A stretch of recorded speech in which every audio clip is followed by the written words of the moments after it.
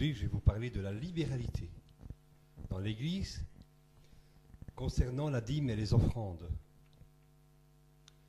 Donc j'ai à cœur de vous parler de cela. C'est un sujet qui est sensible dans beaucoup d'assemblées. Dans nos églises, c'est un sujet très sensible quand vous en parlez. C'est un sujet qui va fâcher, j'en suis sûr, les partisans de la dîme. La dîme désigne une disposition à la générosité. J'ai été chercher ça sur Internet. Il n'y a pas de montant fixe dans la générosité. Il n'y a pas de montant fixe. Et c'est ce que Paul enseignait aux premiers chrétiens. Aujourd'hui, on nous prêche d'être fidèles dans les dîmes, dans les offrandes. Si un jour il n'y a pas assez dans l'offrande, on va se faire un peu des cheveux gris. Tiens, la semaine passée il y avait plus, pourquoi cette semaine-ci il y a moins? Donc on va vous prêcher la fidélité dans la dîme, les offrandes. On devrait tout le temps donner le même montant fixe. J'entends certains prédicateurs aussi qui disent: pourquoi tant de personnes ici sont malades et ne réussissent pas dans les finances? Ils vont vous dire: c'est parce qu'ils ne payent pas leurs dîmes, parce qu'ils ne sont pas fidèles dans les dîmes et dans les offrandes. Et bien sûr, pour confirmer leur dire, ils vont s'appuyer sur Malachie, chapitre 3, verset 10. C'est une partie, donc c'est un des prophètes qui est de l'Ancienne Alliance. Mais au fait, qu'est-ce que ne pas être fidèle? Est-ce que Dieu a un prix chaque mois? Devons-nous l'acheter pour avoir part à la grâce? Devons-nous acheter le Seigneur pour avoir part à la grâce? Est-ce que le Seigneur, est-ce qu'il a besoin de notre argent? On nous le fait croire depuis des siècles, oui. On nous le fait croire depuis des siècles que si l'on donne, vous serez récompensé en retour. Vous aurez un retour sur vos finances. Au centuple, comme tu veux. Tu auras un travail très bien payé. Toi qui veux aller à la NASA, tu vas aller à la NASA. Toi qui veux être ministre, tu seras ministre, même présidente, allez, même reine. Tu auras un travail très bien payé. Dieu va t'ouvrir les vannes du ciel. Tu auras une très belle villa. Tu auras du succès dans tes finances. Jésus dit à certaines personnes: quand vous priez, vous demandez mal. Quand vous demandez mal. Et pour le contexte ici du message, il pourrait vous dire: quand vous donnez mal. Vous semez mal. Qu'on le veuille ou non, beaucoup pensent et espèrent avoir en retour quand ils sont en train de semer. Ils ont dans l'esprit que s'ils sèment, ils vont avoir un retour sur ce qu'ils sèment. Ce n'est pas toujours le cas. Qu'on le veuille ou non, ils espèrent recevoir en double ou en triple le prix du sacrifice qu'ils ont mis. Mais le Seigneur nous montre que si on donne, c'est sans espérer recevoir en retour. Alors, le pasteur a dit que si je suis fidèle, si je donne, si je suis généreux, si je donne ma dîme tous les mois, j'aurai du travail, j'aurai une villa, etc. J'aurai peut-être un jet. Mais ça ne marche pas comme ça avec Dieu. Dieu ne s'achète pas. En visitant l'histoire, Martin Luther, a combattu le système hérétique non biblique. La dîme est non biblique.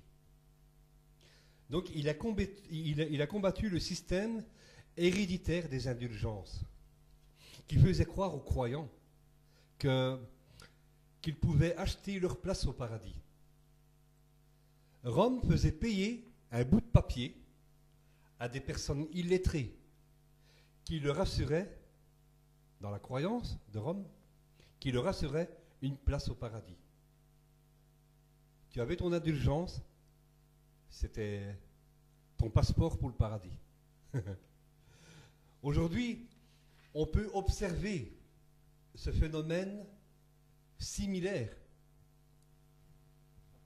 avec le succès d'un évangile édulcoré, dans lequel il suffirait de donner ton cœur à Jésus et puis de donner la dîme au pasteur pour être sauvé. On vous fout la culpabilité sur vos têtes en disant tu ne payes pas ta dîme, c'est que tu es un voleur envers Dieu. Tu voles Dieu.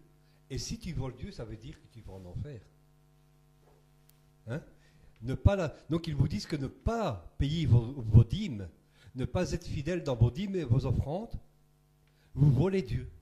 Donc, voler Dieu, c'est l'enfer. Et on s'appuie sur Malachie, chapitre 3, verset 10, pour enfoncer le clou. Alors, plusieurs dans l'assemblée deviennent mal à l'aise et n'osent plus regarder le Seigneur, ils n'osent plus s'approcher de lui, de prendre du temps avec lui, parce qu'ils se sentent coupables. Je vole Dieu. Je me sens coupable. Donnez les vannes du ciel s'ouvriront pour atteindre la bénédiction et l'élévation. Et avant que les vannes du ciel s'ouvrent, aujourd'hui, sortez vos cartes bancaires, vos cartes de crédit, vos porte-monnaies, vos portefeuilles. La bénédiction et la faveur que je dirais, grâce, doit s'acheter par votre fidélité dans les dîmes et les offrandes. La bénédiction dont je vous parle, celle que vous aurez, n'est pas celle de Dieu, mais des hommes. Bénédiction tournée en malédiction. Pourquoi? Parce que vous vous mettez, en appliquant cette loi, vous vous mettez sous la malédiction.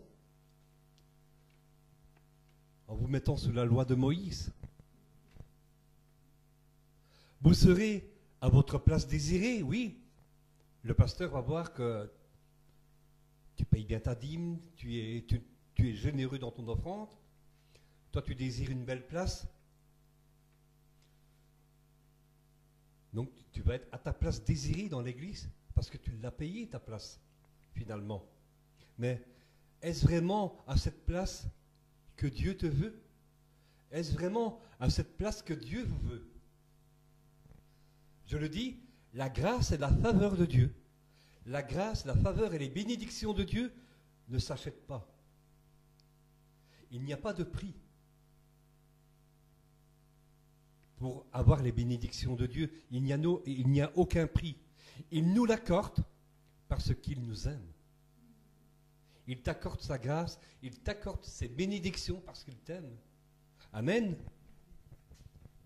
On nous prêche que plus vous donnez, plus vous aurez, mieux vous aurez.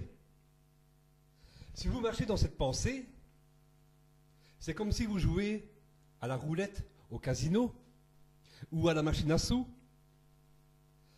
Vous marchez dans cette pensée que plus vous allez miser, plus vous aurez des chances de recevoir gros en retour. Et puis, hop, tu actionnes la manette de la machine à sous, paf, le chiffre 777 s'affiche, bingo, je deviens un ministère approuvé. Je deviens ce que je voulais être. Parce que j'ai misé gros, parce que j'ai mis beaucoup. Ça ne marche pas comme ça avec Dieu. Si tu veux une place, ta place ne s'achète pas. En réalité, le principe même de Dieu, c'est la grâce. Il donne tout ce qu'il peut de bénédiction pour aider chacun d'entre nous, chacun d'entre vous. Pourquoi? Bien, parce que Dieu s'intéresse à nous. C'est pour ça qu'il a envoyé son Fils. Il s'intéresse à nous, il nous aime. Jésus dit qu'il fait pleuvoir les bénédictions autant sur les justes que sur les injustes. Regarde, les fermiers vont-ils tous à l'église? Pourtant, leur récolte s'accroît. Il n'y a pas la famine. Dieu fait pleuvoir sur les justes et sur les injustes. Il fait du bien à ceux qui lui font du mal. Il bénit ceux qui le persécutent. Plusieurs croient plus facilement aux paroles négatives des hommes que de croire à la grâce de Dieu. Pour ceux qui sont accros à obliger ou à mettre la pression sur les membres de leur communauté dans la fidélité des dîmes et des offrandes, moi je veux vous mettre au défi. Écoutez bien. Vous irez évangéliser. Bien sûr, c'est plus facile d'être derrière la chair, derrière vos pupitres, que d'aller dans les rues évangéliser. Quand vous irez évangéliser des personnes inconverties dans les rues, pourquoi aller en douceur? Pourquoi ne pas leur parler sincèrement? Quand ils arriveront, ils devront payer leurs dîmes, être fidèles dans les offrandes pour obtenir la grâce et la faveur de Dieu. Aujourd'hui, on fait pareil que du temps d'avant Martin Luther King. Martin Luther King, pardon. Martin Luther. Martin Luther s'est battu pour ça. Il a dit que payer les indulgences, c'était non biblique. Le don de Dieu est gratuit, la grâce est gratuite. Si vous ne payez pas vos dîmes, et encore il faut savoir c'est quoi réellement la dîme. Ce n'est pas ça qui va vous empêcher d'entrer dans le royaume de Dieu. Mais si vous vous culpabilisez, vous allez vous écarter de Dieu. Oui. Non, soyez libres. Donc, allez évangéliser. Allez dire à ces personnes, aux non-convertis, il faut leur dire carrément, sincèrement, là, tout de suite, que s'il veut grandir, s'il veut avoir la grâce de Dieu, croire ne suffit pas. Tu dois payer aussi. Tu devras payer 10% de tes revenus. En plus d'être fidèle dans tes offrandes.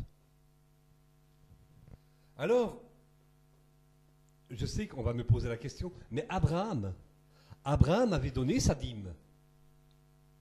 Oui, il a donné sa dîme. Une seule fois dans toute sa vie. On va aller voir le contexte dans Genèse chapitre 14, verset 17, pardon. Genèse 14, versets 17 à 20. Après qu'Abram fut vainqueur de Kédorlaomer et des rois qui étaient avec lui, le roi de Sodome sortit à sa rencontre dans la vallée de Chavé, qui est la vallée du roi. Melchisédek, roi de Salem, fit apporter du pain et du vin. Il était sacrificateur du Très-Haut. Il bénit Abraham et dit, « Béni soit Abram par le Dieu Très-Haut, maître du ciel et de la terre. Béni soit le Dieu Très-Haut qui a livré tes ennemis entre tes mains. » Et Abram lui donna la dîme de tout. Quand Abraham donne 10% de son butin à Melchisédek, personne ne lui dit de le faire. Dieu ne lui a pas commandé de donner la dîme. Ce qu'il a donné, c'est juste un don libre. Il l'a fait volontairement. Il aurait bien pu ne rien donner. Ou il aurait pu garder le butin qu'il avait pris au roi de Sodome. Ou il aurait pu donner 99, ou pour les Français, 99% de sa fortune. Il n'avait pas reçu un ordre du Seigneur spécifique où il devait donner le tout au roi. Il l'a fait de son propre chef. La dîme, ici, elle est mentionnée pour la première fois à partir de ces versets dans la Bible. Ni depuis Adam jusqu'à Josué, il n'est mentionné une dîme quelconque. Abraham avait-il tout donné? Est-ce que Abraham a donné la dîme de tout ce qu'il possédait? On a vu Qu'est-ce qu'on a vu qu'il a donné ici comme dîme? Il a donné. La première chose que nous découvrons est que le tout mentionné ici n'appartenait pas à Abraham. Ce qu'il a donné, ça ne lui appartenait pas. Le tout était la propriété d'une autre personne. C'est le butin. Le butin qu'il a pris au roi de Sodome. Il n'a reçu aucun ordre qu'il devait donner sa dîme. Le principe de la dîme a été instauré après Moïse pour les prêtres,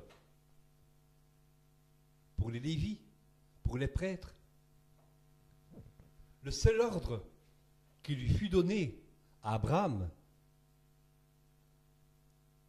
et qui était applicable après sous la loi de Moïse, c'est la circoncision. Aujourd'hui, si on vous parle de dîme, de quelle nature fut-elle à cette époque? Une dîme peut être le 10e de n'importe quoi. 10% de certains arbres fruitiers, des récoltes, de l'huile, du vin, des terrains que vous possédez, etc. Le peuple ne pouvait pas choisir ce qu'il voulait. Il ne pouvait pas choisir ce qu'il voulait donner. Il devait donner. Qu'est-ce qu'il devait donner, le peuple? Il devait donner le meilleur des prémices, le meilleur. On le voit dans Exode chapitre 23, verset 19, si vous voulez aller vérifier. Deutéronome chapitre 18, verset 4. Et Nombre chapitre 18, le verset 12 à 13. C'est sur cela que le peuple volait le Seigneur. Parce que on vous dit, vous volez le Seigneur, vous volez Dieu en ne donnant pas vos dîmes. Alors, c'est sur quoi exactement que le peuple volait le Seigneur? Eh bien, ils gardaient pour eux le meilleur. Ils donnaient des bêtes. Quand ils apportaient les bêtes pour le sacrifice, ils donnaient des bêtes en mauvais état. Ils donnaient ces bêtes en offrande au Seigneur. Et le contexte de Malachie 3.10, on le voit, on le trouve dans le chapitre 1 de Malachie, les versets 7 à 8. Si le chrétien doit mettre en pratique la dîme à cause d'Abraham, alors le chrétien serait aussi obligé de se faire circoncire. Quand ton enfant naît, tu as un mâle, tu as un garçon, tu serais obligé, en tant que chrétien, de le faire circoncire.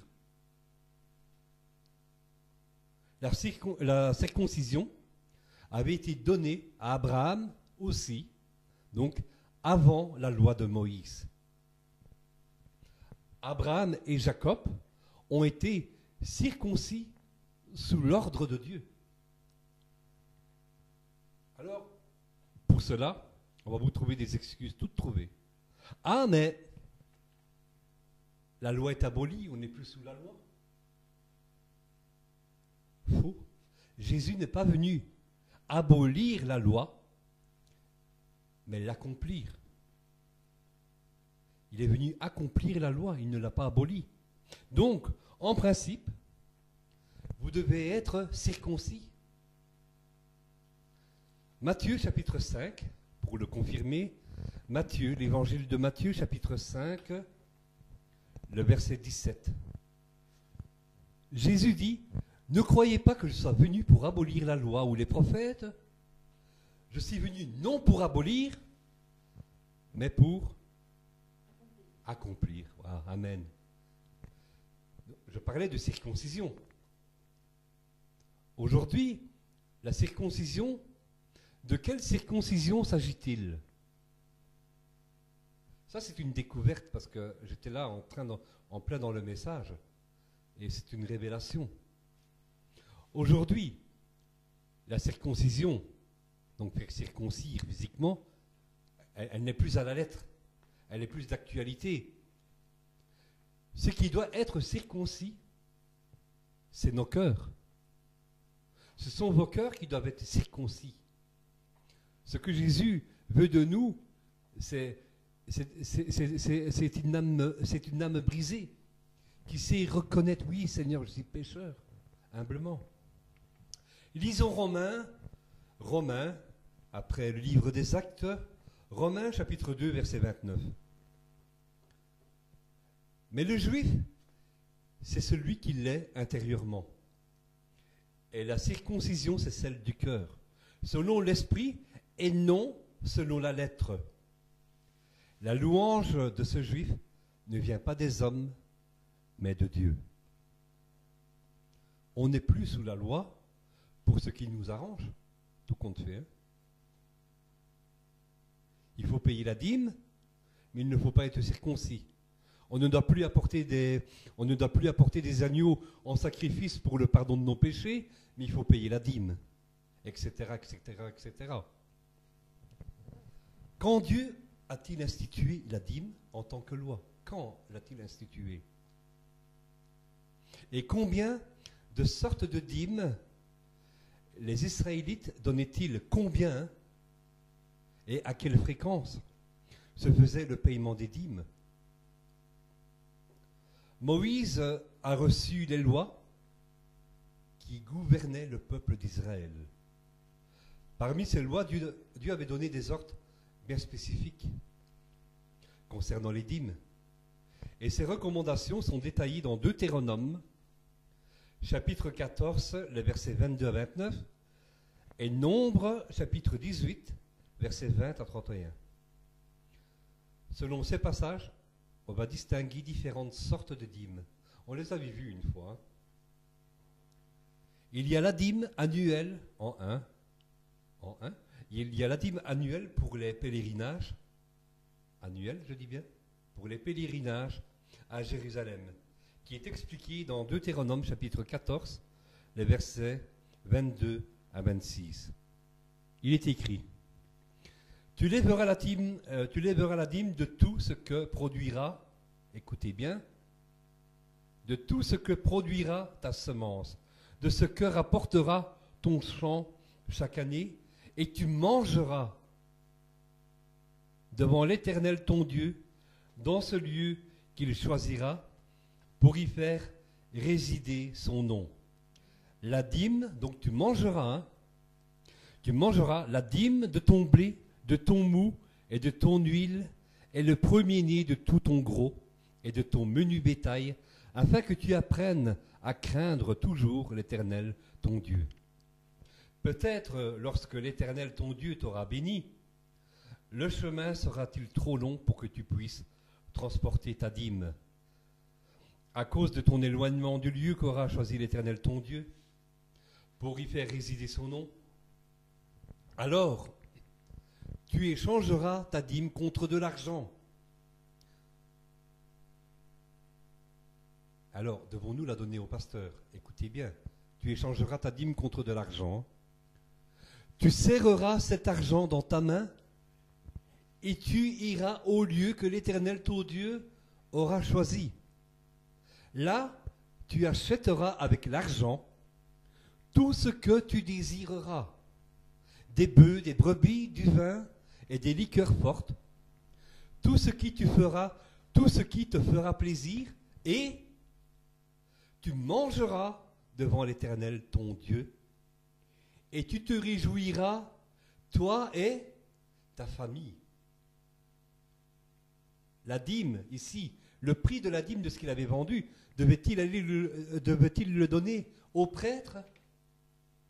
On a lu, tu le mangeras, tu iras acheter, et tu iras au lieu que l'Éternel t'a choisi. Et là, tu te réjouiras, toi et ta famille, tu mangeras. Selon la loi mosaïque, les Israélites devaient aller à Jérusalem tous les ans et apporter le premier dixième du produit de leur champ, ainsi que le vin nouveau, l'huile et les premiers-nés de leur troupeau. Cette dîme devait être mangée par la personne elle-même devant le Seigneur. Amen. Ça ouvre les yeux.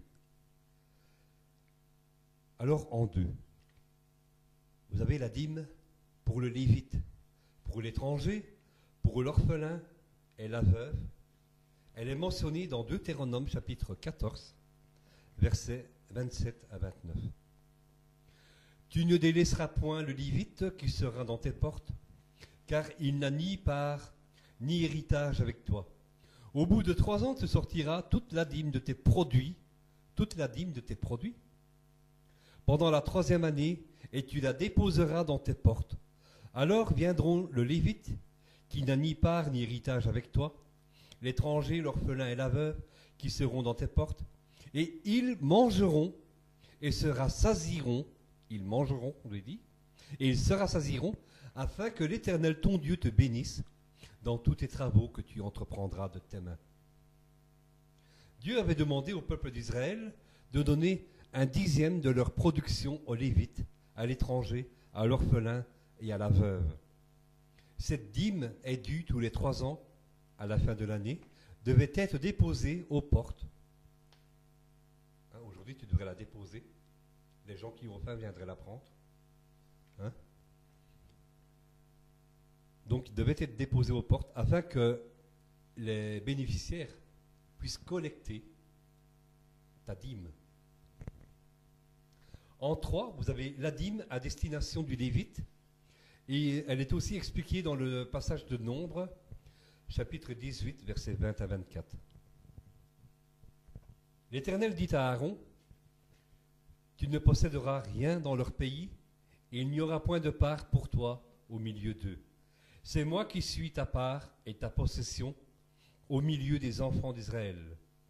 Je donne comme possession aux fils de Lévi toute dîme en Israël pour le service qu'ils font, le service de la tente d'assignation.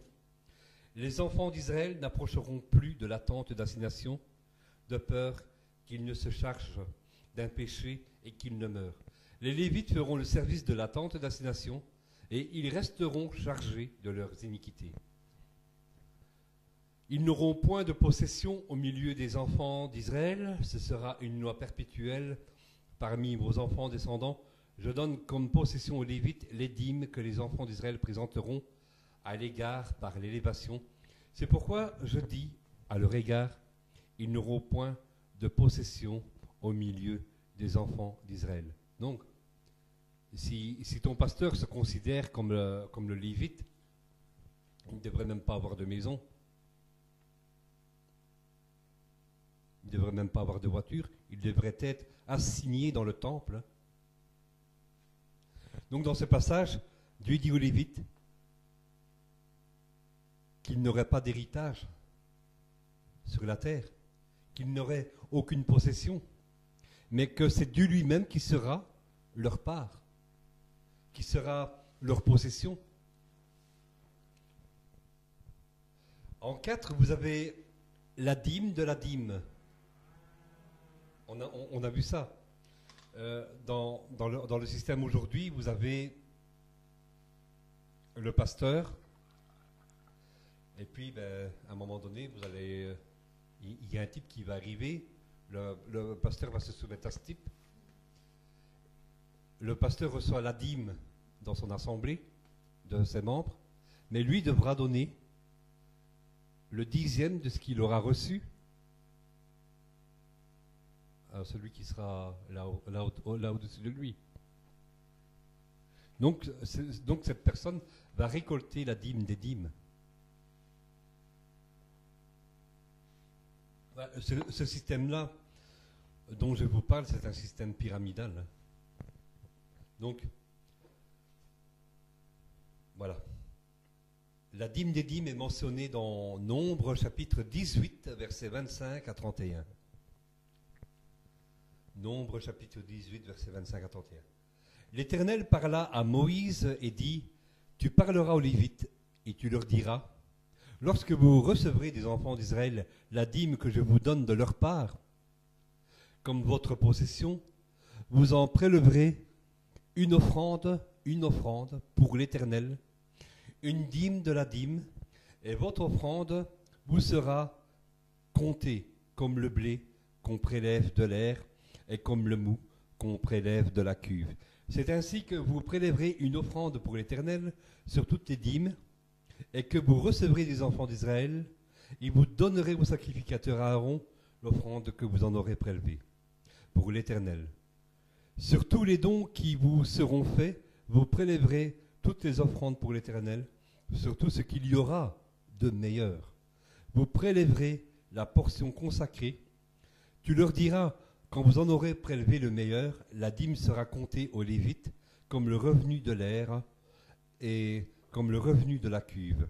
Vous la mangerez en un lieu quelconque, vous et votre maison, car c'est votre salaire pour le service que vous faites dans la tente d'assignation. Alors, quand les Lévites recevaient la dîme des enfants d'Israël, ils devaient prélever un dixième et l'apporter au sacrificateur. Et c'est ce qu'on appelle communément la dîme des dîmes. Dans Néhémie, chapitre 10, verset 38, Néhémie, chapitre 10, verset 38, eh bien, il est écrit que cette dîme devait être particulièrement apportée à la maison de Dieu.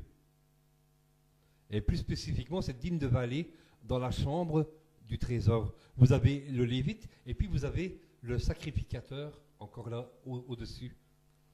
Donc, en travers de ces explications, on peut remarquer que les dîmes que Dieu avait commandées à Israël consistaient en quoi? Consistaient-ils en argent? Non, elles consistaient en produits de la terre, non pas en argent. Et tous ces cumuls des différentes sortes de dîmes représentaient 10%. 10% du produit annuel. Les dîmes versées par Israël sont donc très différentes que celles que nous pratiquons aujourd'hui. Moi, je dis souvent, dans une église, tu as un fermier. Dans la logique, le fermier, chaque année, il devrait apporter le dixième de son produit, de ses produits, au pasteur, s'il devrait mettre en pratique la dîme, telle qu'elle est mentionnée dans la loi de Moïse. Selon quelques sources, la réalité de la dîme n'est pas de 10%, mais de 22%. Donc, vous qui donnez votre dîme depuis des années, fidèlement, vous avez donné 10% fidèlement pendant des années, eh bien, il est temps de vous mettre en règle devant Dieu. Parce que la dîme, la réalité de la dîme n'est pas 10%, mais 22%. Vous allez devoir rattraper les 12% que vous avez oublié de donner pendant tant d'années. À qui étaient adressés les versets de Malachie, chapitre 3, verset 10? On va le lire.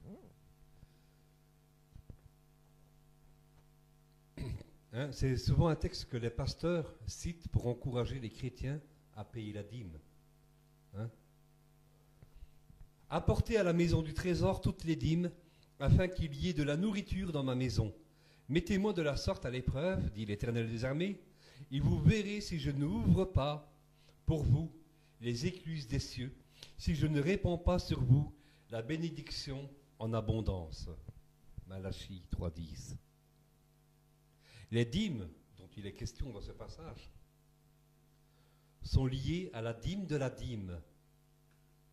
Mais qu'est-ce que c'était?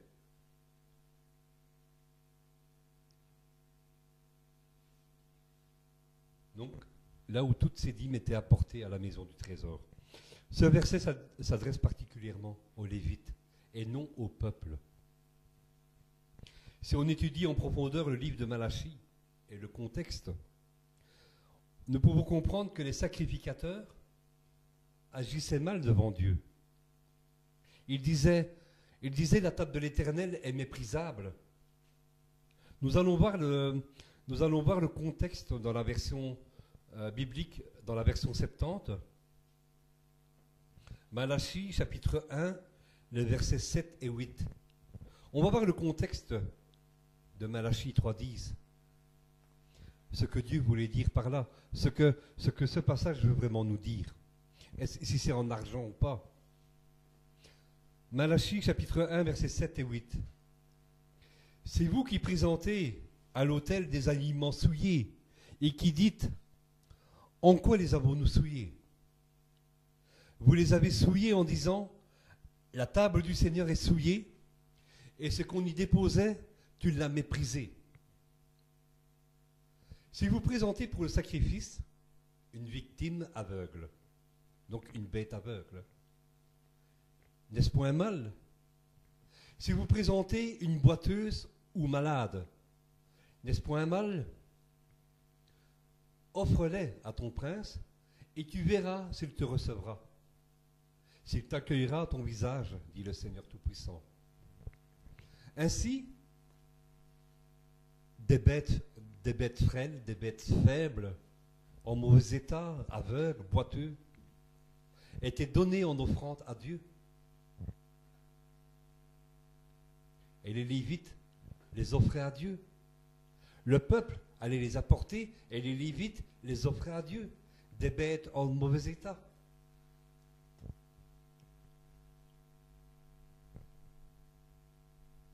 Et c'est ça qui avait attiré. C'est ça qui avait attiré la malédiction sur tout Israël. Ils ne donnaient plus le meilleur. Ils gardaient le meilleur pour eux. Ils offraient des boiteuses, des malades, des aveugles, en mauvais état. Et le prophète Jérémie en a souvent fait allusion. Il était détesté. Pour la vérité, il dérangeait. Et comme il dérangeait, on voulait l'assassiner. Dans Malachie 3.10, le Seigneur invite les sacrificateurs à être des modèles pour le peuple, à être fidèles dans la dîme.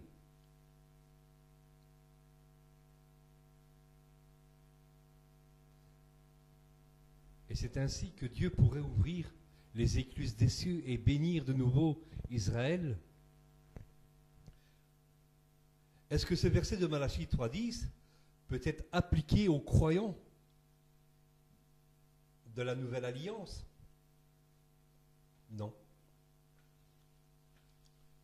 Le livre de Malachie, là je le dis en hébreu, concernait la stricte application de la loi, donc le peuple d'Israël. Mais aujourd'hui, nous ne sommes plus sous l'ancienne alliance, mais sous la nouvelle alliance, dans la mesure où nous vivons aujourd'hui dans le temps de la grâce que Jésus est venu inaugurer par sa mort. Celui qui décide de se soumettre à un seul ordre de la loi de Moïse peut avoir de sérieux problèmes. Le Seigneur a déclaré, au travers de la bouche de l'apôtre Paul, dans Galates chapitre 3 verset 10, « Car tous ceux qui s'attachent aux œuvres de la loi sont sous la malédiction. Car il est écrit, « Maudit est quiconque n'observe pas tout ce qui est écrit dans le livre de la loi et ne les met pas en pratique. » Donc, un seul manquement à la lettre et vous êtes sous la malédiction. Celui qui veut observer la loi, il doit le faire dans son entièreté, sans faillir. Il n'y a pas que 10 commandements à respecter. Il y a bien plus que ça dans la loi. La loi hébraïque comporte combien de commandements à votre avis? Vous pouvez me dire un chiffre? Dis-moi un chiffre. Hein? Tu ne sais pas? Un grand nombre. Commandements? Écoute bien. La loi hébraïque, c'est pour ça que je vous dis, bien plus. 613 commandements. sont pratiquement impossibles à observer fidèlement. Un seul manquement et tu es sous la malédiction. Pour ceux qui veulent se remettre sous la loi de Moïse, hein, ils vous disent que la dîme n'est pas abolie, mais le reste, la circoncision et tout ça est aboli. Celui qui veut se mettre sous la loi, un seul manquement, il est sous la malédiction. La loi ne comporte pas donc 10 commandements, mais 613 commandements, à observer fidèlement sans faillir.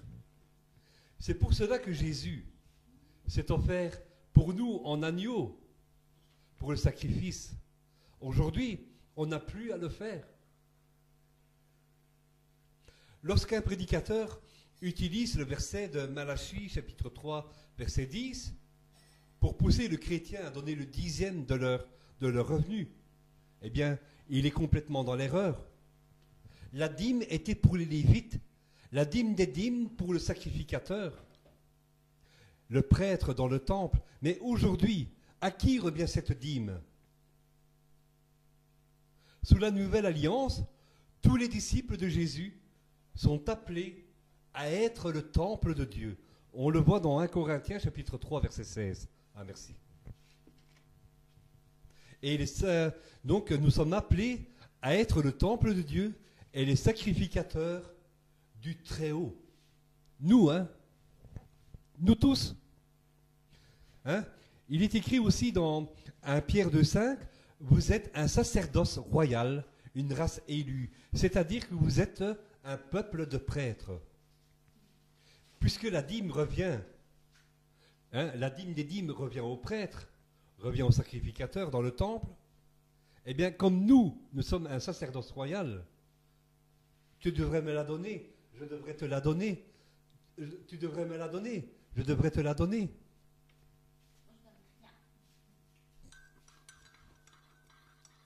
Amen.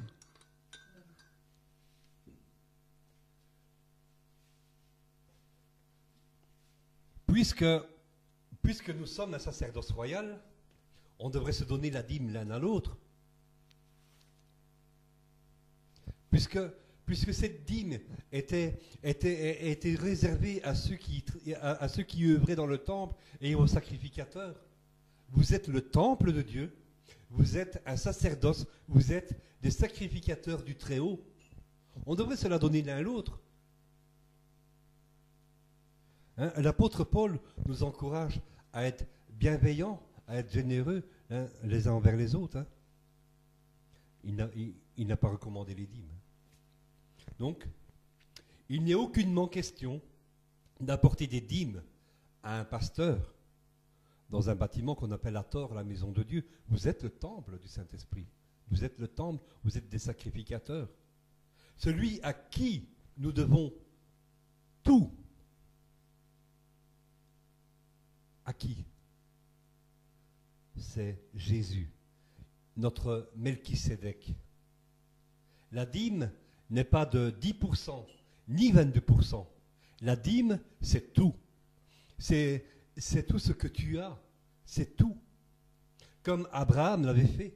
Il n'a pas donné 10%, il n'a pas donné 50%, ni 99 ou 99 pour les Français.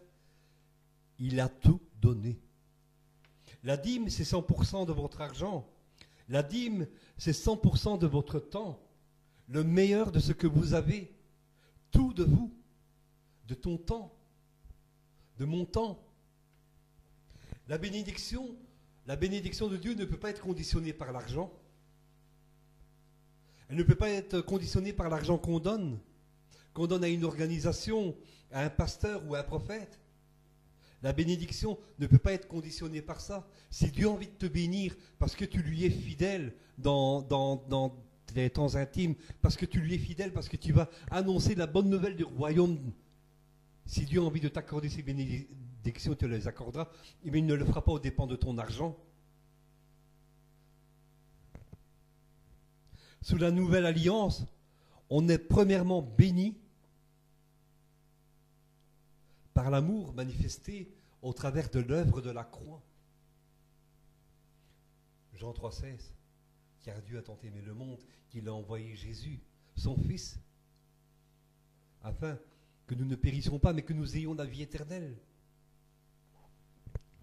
C'est à cet effet que Paul a déclaré, l'apôtre Paul a déclaré dans Éphésiens chapitre 1, verset 3, que nous sommes bénis de toute bénédiction spirituelle dans les lieux célestes en Christ. Ainsi, quelle bénédiction supplémentaire pourrait espérer une personne quand il réalise sa position dans le royaume de Dieu? Quelle est ta position? Eh bien, sache que ta position est celle-ci. Tu es assis dans les lieux célestes avec Jésus-Christ. Que peut espérer de plus en bénédiction un chrétien?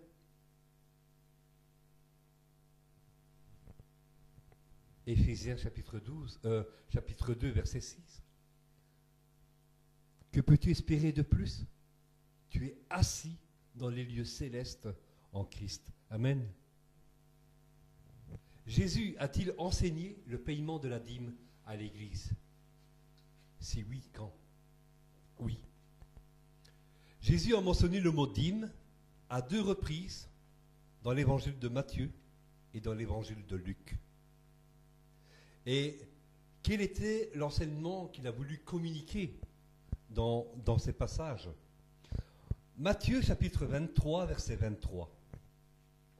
Il dit: malheur à vous, scribes et pharisiens, hypocrites, parce que vous payez la dîme de la menthe, de la nette et du cumin, et que vous laissez ce qui est le plus important dans la loi, c'est-à-dire ce qui laisse de côté le plus important, hein, la justice, la miséricorde et la fidélité. C'est là ce qu'il fallait pratiquer, sans négliger les autres choses. Dans ce passage, Jésus parle aux scribes, aux pharisiens. Il les qualifie d'hypocrites parce qu'ils payaient la dîme, mais ils négligeaient ce qui était le plus important dans la loi, c'est-à-dire la miséricorde, donc la justice, la miséricorde et la fidélité. Le paiement de la dîme n'était pas le plus important. Si tu négliges la justice, la miséricorde et la fidélité, sans ces choses, il est impossible de plaire à Dieu. Les pharisiens étaient particulièrement zélés pour les traditions. Ils figuraient parmi les plus religieux, des têtes bien pensantes. Pour eux, la loi, c'est la loi. Il ne faut pas s'en écarter. Ceux qui s'en écartaient, ils risquaient d'être lapidés. Vous vous souvenez d'Étienne? Lisons une autre parabole dans l'évangile de Luc, chapitre 18, les versets 9 à 14. Ça va? Bon message? Donc, Luc, chapitre 18, versets 9 à 14. Et il dit aussi cette parabole à quelques-uns qui se confiaient en eux-mêmes comme s'ils étaient justes et qui tenaient le reste des hommes pour rien. 2 hommes montèrent au temple pour prier, l'un pharisien et l'autre publicain. C'était un collecteur d'impôts. Le pharisien, se tenant à l'écart, priait en lui-même en ces termes: « Ô Dieu, je te rends grâce de ce que je ne suis pas comme le reste des hommes qui sont ravisseurs, injustes, adultères, ou même comme ce publicain. Moi, je jeûne 2 fois la semaine, je donne la dîme de tout ce que je possède. » Et le publicain, le collecteur d'impôts, se tenant loin, ne voulait même pas lever les yeux vers le ciel, mais se frappait la poitrine, disant: « Ô Dieu, sois apaisé envers moi, pécheur. » Je vous dis que celui qui descendit en sa maison justifie plutôt que l'autre, car quiconque s'élève sera abaissé, et celui qui s'abaisse sera élevé. Au travers de cette histoire, Jésus présente 2 hommes qui étaient allés au temple pour prier. D'un côté, vous avez le pharisien qui exalte sa propre justice. Il se considère comme fidèle à Dieu parce qu'il paye, donc il obéit à la loi, hein, il paye ses dîmes, hein, il ne commet pas de péché par rapport au collecteur d'impôts, il jeûne régulièrement, hein, il donne la dîme de tous ses biens. Et d'un autre côté, vous avez le collecteur d'impôts qui reconnaît humblement qu'il est pécheur devant Dieu. Il implore le Seigneur de sa miséricorde. Et à la fin, le collecteur d'impôts, repentant, il se repent parce qu'il reconnaît qu'il est pécheur, a été justifié plus tôt que le pharisien. Donc, l'enseignement à en tirer, est qu'il n'y a pas de justification pour celui qui est dans l'observation de la loi à la lettre. Il n'y a pas de justification. En effet, Dieu prend davantage plaisir à quelqu'un qui s'humilie. Il prend davantage plaisir à l'humilité et aux esprits brisés. C'est pour cela que je vous disais, hein, aujourd'hui, la circoncision n'est pas physique, mais c'est du cœur. Donc, oui, Jésus a bien parlé de dîmes, comme nous le montrent ces passages, mais ces versets ne peuvent absolument pas être cités aujourd'hui pour encourager les chrétiens à payer la dîme, car ce n'était pas l'enseignement que Jésus communiquait. Jésus ne condamne pas le paiement de la dîme ici, mais il faut comprendre que lorsqu'il en parlait dans Matthieu chapitre 23, verset 23, et Luc 11, 42, la nouvelle alliance n'avait pas été inaugurée. C'est-à-dire, cette dernière, donc la nouvelle alliance, a commencé à la mort de Jésus. Il est venu. Donc, s'il n'était pas passé par la croix, cela n'aurait pas été accompli. Et Jésus est passé par la croix pour abolir l'ancienne alliance. Nous sommes sur la nouvelle alliance. Aucune de vos bonnes actions n'a de mérite. Ce qui nous sauve n'est pas le bien que nous faisons, l'argent que nous donnons. Les païens savent le faire aussi bien et même mieux que nous. Ce qui nous sauve, c'est Jésus. C'est Jésus envoyé pour nous, dont le Père céleste nous a fait grâce. Alors, comment les disciples sont-ils encouragés à donner sous la nouvelle alliance?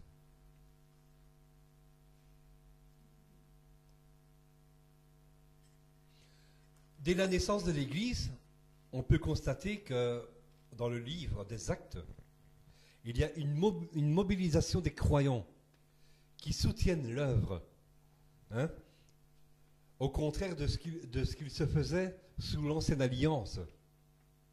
Il y a une grande mobilisation des croyants. Dieu n'avait pas fixé des lois particulières relatives aux offrandes, mais il y a quelques recommandations qui ont cependant été émises concernant les dons ou les offrandes dans l'Église. Les dons doivent être faits en réponse à des besoins spécifiques. Donc on le voit dans Actes chapitre 4, les versets 34 à 35, où il est montré dans ce passage qu'il y avait beaucoup d'indigents parmi le peuple. Et ceux qui possédaient des propriétés et des biens les vendaient et ils venaient le déposer aux pieds des apôtres et le prix de ce qu'ils avaient vendu. Et eux faisaient la distribution à chacun selon ses besoins. Ils n'apportaient pas le dixième du prix, mais le tout de ce qu'ils avaient vendu. C'est en cela que Ananias avait triché et qu'il est mort après avoir menti au Saint-Esprit. Hein, parce qu'il avait menti, donc il est venu déposer ses biens, mais il avait gardé une part, il avait menti au Saint-Esprit. Donc, les apôtres distribuaient, les gens du premier siècle, donc les premiers chrétiens, n'apportaient pas le dixième du prix, mais le tout. Parce qu'ils en avaient. Ils avaient les moyens de le faire. C'était des personnes riches qui pouvaient subvenir aux plus pauvres. Donc, ces biens n'étaient pas pour les apôtres, mais pour les plus démunis dans le corps de Christ. Et c'est ainsi que s'ajoutaient à l'Église des âmes au corps de Christ. Les dons doivent être faits dans le secret et l'humilité. Il y en a qui aiment bien s'afficher sur la place publique, ou faire des vidéos sur Internet, ou faire montrer qu'ils donnent. Alors on a les yeux fixés sur eux. Mais Dieu ne demande pas ça de toi. Il te demande, si tu le fais, garde-le en secret. Amen. Alors, les dons doivent être faits en fonction de ses moyens et pas au-delà. Tu ne dois pas aller dans le rouge sur ton compte. Tu ne dois pas aller en dessous de ta carte de crédit. Tu ne dois pas aller faire de prêts pour faire des dons. Certains se sont endettés pour soutenir des serviteurs de Dieu, pour soutenir des ministères, soi-disant.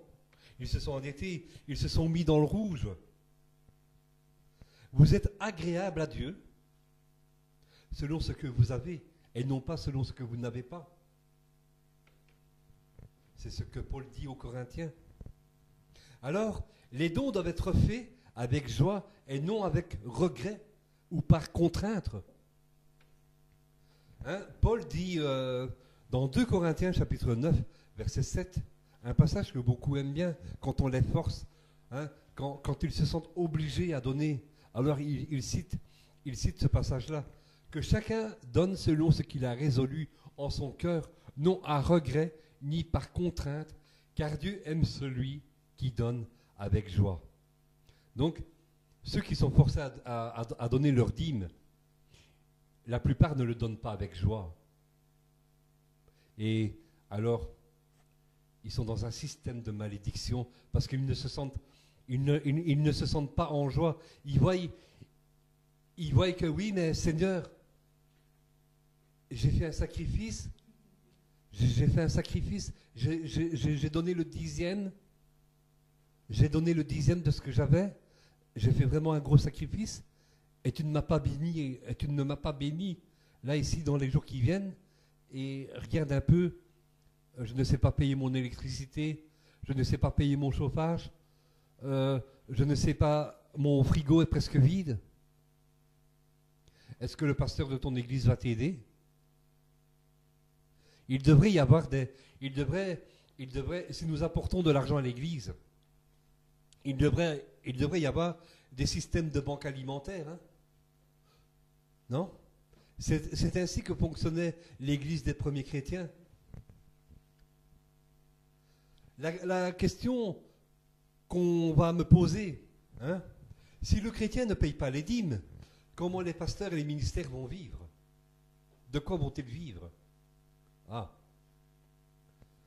Lorsque Dieu donne une vision à quelqu'un, en général, il va donner la provision nécessaire pour l'accomplissement. Ainsi, celui qui a reçu l'appel de Dieu doit s'attendre entièrement à lui. Il ne doit pas user de stratagèmes, mêlant des fausses doctrines et manipuler le peuple de Dieu pour s'auto-assurer un salaire et une retraite confortable. Il est écrit que le juste vivra par la foi. J'ai dit quoi? Le juste vivra par la foi. Parole que nous dit l'apôtre Paul dans l'Épître aux Romains, chapitre 1, verset 17. Et Martin Luther a utilisé ce passage-là lors de la réforme protestante au XVIe siècle. Donc il s'est fermement opposé au trafic dans l'Église et au système non biblique qui tue la foi.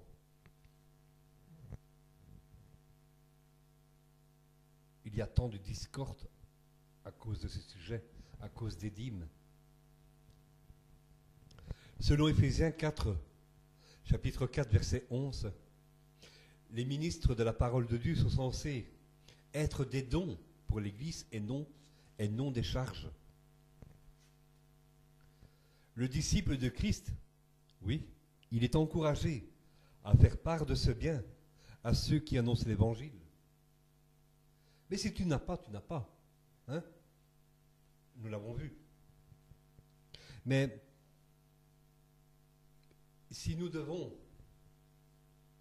sommes encouragés à donner des dons, à faire des offrandes aux ministres de Dieu, est-ce que nous devons mettre en place une organisation que Dieu n'a pas instituée en imposant le paiement de la dîme comme doctrine fondamentale de l'Église? Non. Faire part de ce bien à ceux qui nous annoncent l'Évangile revient tout simplement à soutenir par nos biens et librement les serviteurs que Dieu envoie pour nous enseigner la parole. Et ceci avec libéralité. Tu vois ce que le Seigneur te dispose. C'est qu'il te montre ce que tu peux donner. Mais tu ne dois pas donner au-delà de ce que tu peux donner. Le Seigneur ne veut pas que tu sois dans les dettes. Hein? Tu vas donner, mais après tu es dans les dettes. Quel témoignage tu vas apporter à ton voisin? Tu dis que Dieu pourvoit tous tes besoins, ben tu es plus dans la dèche que dans le bien, hein, que bien confortable. Hein. Dieu ne te demande pas que tu te dépouilles et que tu crèves de faim après. Tu dois donner selon ta disponibilité, selon tes possibilités, selon ce que tu as. Ce principe a commencé lorsque Jésus a envoyé de donner avec libéralité, de soutenir les serviteurs. Ce principe a commencé lorsque Jésus a envoyé les 12 disciples dans les maisons quand il les a envoyés annoncer l'Évangile. Il a dit, parce qu'on va vous citer cela, quand vous dites que tu es contre les dîmes, que tu es contre les dîmes. Oui, mais il est écrit dans Matthieu chapitre 10, versets 1 à 10, que l'ouvrier mérite son salaire. C'est ce qu'on va te dire, hein, Lise. Eh bien ici, si on va un peu scruter Luc chapitre 10, verset 7, il est écrit « Et demeurez dans cette maison, mangeant et buvant ce qu'on vous donnera. » Mangeant et buvant ce qu'on vous donnera. Car l'ouvrier est digne de son salaire. Ne passez point d'une maison à une autre maison.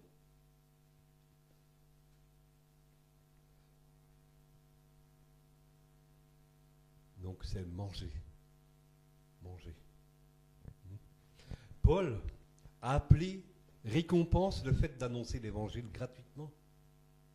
Et il a estimé, ça c'est une découverte que j'ai faite cette semaine, il a estimé plus honorable de travailler de ses mains. Paul a travaillé de ses mains pour subvenir à ses besoins et aux besoins de ceux qui l'accompagnaient. Il ne voulait pas être une charge pour les gens, donc les personnes qui recevaient l'apôtre Paul et ceux qui l'accompagnaient. Il ne voulait pas être une charge pour eux. L'apôtre Paul travaillait de ses mains et donc pour subvenir à ses besoins et aux besoins de ceux qui le suivaient. Il ne voulait pas imposer une charge aux frères dans l'Église, aux frères et sœurs dans l'Église. Il ne voulait pas leur imposer une charge. Il a certes reçu des dons, mais jamais il n'a mis de pression pour que le peuple lui donne des dons. Jamais. Je reçois un serviteur, je vais le recevoir avec hospitalité, je pourrais lui donner en argent, mais il était aussi bien que je l'invite à partager le repas avec nous. Certains prédicateurs, en contrepartie, vous demanderont une partie financière pour venir prêcher chez vous. Pour un séminaire, par exemple, de 3 jours, 900 €, peut-être plus pour certains. Ils ne vont pas venir gratuitement. Ici, Paul, Pierre, Jean, ils allaient sans espérer recevoir en retour. Je l'ai déjà dit à vos pasteurs, j'ai déjà dit à certains pasteurs, tu te plains de ne pas avoir suffisamment d'argent. Mais si tu prêches la libéralité de Dieu, si tu prêches la libéralité au lieu d'obliger, avec menaçant prime, que ceux qui ne donnent pas leur dîme pourraient s'attraper des maladies, etc., etc., eh bien, ton entreprise ne marchera jamais. Et je pense même que si tu prêches la libéralité, je pense bien que tu auras largement assez pour payer les frais de ton bâtiment, le loyer, l'électricité, le gaz, l'eau. Il y aura peut-être même encore bien assez pour toi. Donc l'obligation paralyse les gens.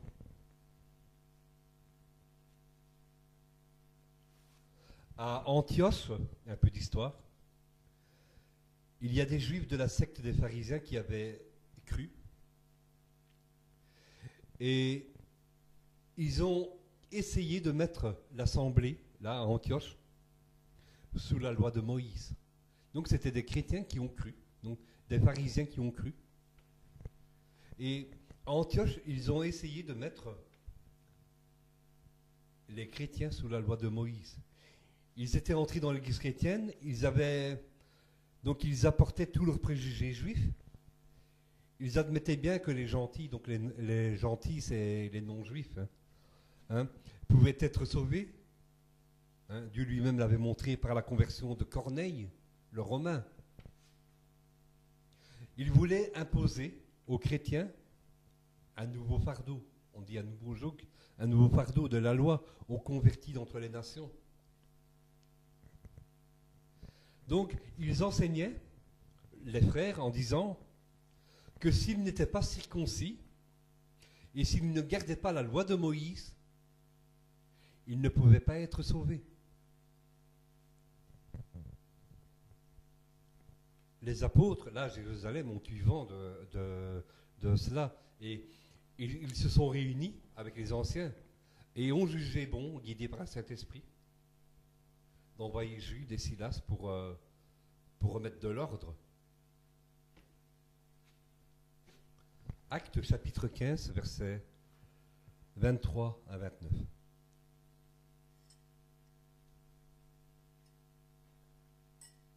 Et on a bientôt fini. Les apôtres, les anciens et les frères aux frères d'entre les païens qui sont à Antioche, en Syrie et en Cilicie, salut. Ayant appris que quelques hommes partis de chez vous et auxquels nous n'avions donné aucun ordre vous ont troublés par leurs discours et ont ébranlé vos âmes, nous avons jugé à propos, après nous être réunis tous ensemble, de choisir des délégués et de vous les envoyer avec nos bien-aimés Barnabas et Paul, ces hommes qui ont exposé leur vie pour le nom de notre Seigneur Jésus-Christ.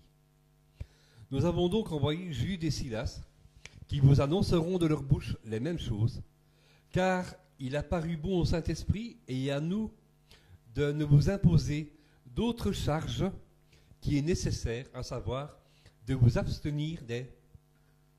Donc, il n'est pas dit d'être circoncis, de payer la dîme, etc. Mais les charges, donc là où ils doivent obéir, de vous abstenir des viandes sacrifiées aux idoles, du sang, des animaux étouffés et de l'impudicité, choses contre lesquelles vous vous trouverez bien de vous tenir en garde à Dieu. Les gentils, donc les non-juifs, convertis, n'étaient en aucune manière tenus d'observer la loi de Moïse. Jésus-Christ était suffisant pour eux, comme pour les Juifs. Jésus-Christ était suffisant. Comprenons bien que si l'on est affranchi de la loi, eh bien, c'est pour être tout à Jésus-Christ, notre vie. Que les ministres de Dieu suivent l'exemple de Paul, qui, et bien souvent dans la disette, comme dans l'abondance, il bénissait Dieu. Il le bénissait par la foi, dans l'espérance de la gloire à venir. Vous qui avez cru à des paroles négatives et coupables sur les dîmes, sortez de la culpabilité. Soyez libres dans le nom de Jésus-Christ. Yeshua Mashiach, Jésus le Messie. Comprenez que Melchisédek n'exige pas Jésus, n'exige pas 10%, ni 50%, ni 99 ou 99% de vos biens. Il exige tout de vous. Il exige 100% de vous. Il doit être la priorité de votre vie. Il doit être la priorité de ma vie. Le meilleur de nous n'est pas que donner de l'argent, mais de son temps. Rien ne vous empêche bien sûr de donner si vous avez envie de donner, si vous avez envie d'être généreux, librement, avec joie. Que pouvez-vous faire pour le Seigneur? Utilisez vos dons et les compétences que Dieu a mis en vous. Pour l'Église, pour la communauté. Placez Jésus en priorité dans votre vie chaque jour. Mettez-le à la meilleure place. En commençant votre journée, mettre Jésus à la première place. Donnez le meilleur de vous-même. C'est votre dîme. Que Dieu vous garde. Soyez bénis. Amen.